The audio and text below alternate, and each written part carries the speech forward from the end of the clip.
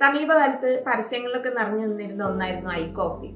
കുറെ അവകാശവാദങ്ങളുമായിട്ടാണ് ആ കോഫി എത്തിയിട്ടുണ്ടായിരുന്നത്. പക്ഷേ ഇന്നത്തെ ഹിന്ദു പത്രം വായിച്ചവരൊരു വാർത്ത കണ്ടിട്ടുണ്ടാവും.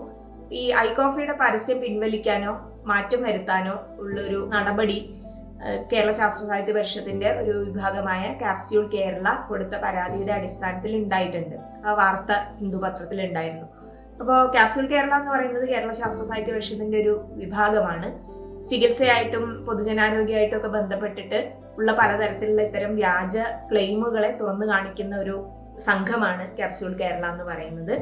അപ്പോൾ എന്താണ് ഈ ഐ കോഫിയുടെ അവകാശവാദങ്ങളിലെ പ്രശ്നം എന്ന് നോക്കാം. ഐ കോഫിയുടെ പരസ്യത്തിൽ പറയുന്ന ഒരു പ്രധാനപ്പെട്ട കാര്യം എന്ന് പറയുന്നത് അത് ശരീരത്തിലെ ഇൻസുലിൻ ലെവലിനെ നിയന്ത്രിക്കുകയും അതുവഴി ഷുഗർ ലെവലിനെ നിയന്ത്രിച്ചുകൊണ്ട് ടൈപ്പ് 1 ഡയബറ്റീസിനെ ഇല്ലാതാക്കും എന്നാണ് പറയുന്നത്.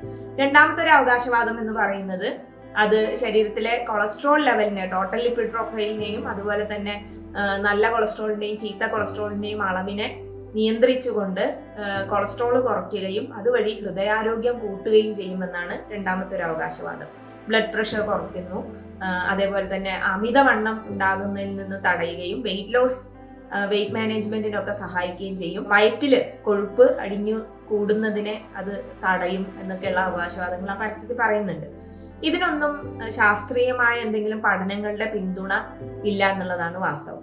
അപ്പോൾ ഇത്തരത്തിലുള്ള ഒരു അവകാശവാദം ഉന്നയിക്കുന്നതുകൊണ്ടുള്ള പ്രശ്നം എന്താണെന്ന് വെച്ച് കഴിഞ്ഞാൽ, നമുക്കറിയാം പ്രകൃതി ചികിത്സയുടെയൊക്കെ ഭാഗമായിട്ട് പല ആളുകളും ചികിത്സ നിർത്തിയിട്ടൊക്കെ അപകടത്തിൽ പെടാറുണ്ട്.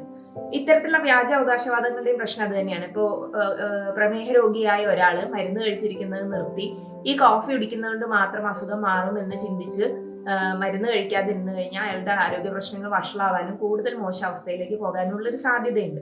അപ്പൊ അതുകൊണ്ട് തന്നെ ഇത്തരത്തിലുള്ള തെറ്റിദ്ധാരണാജനകമായ പരസ്യങ്ങൾ കൊടുക്കുന്നതിന് നിയമപരമായ നിയന്ത്രണങ്ങൾ തന്നെയുണ്ട്. അതുകൊണ്ടാണ് ഈ പരസ്യത്തെ പിൻവലിക്കാൻ ആവശ്യപ്പെടേണ്ടി വരുന്നത്.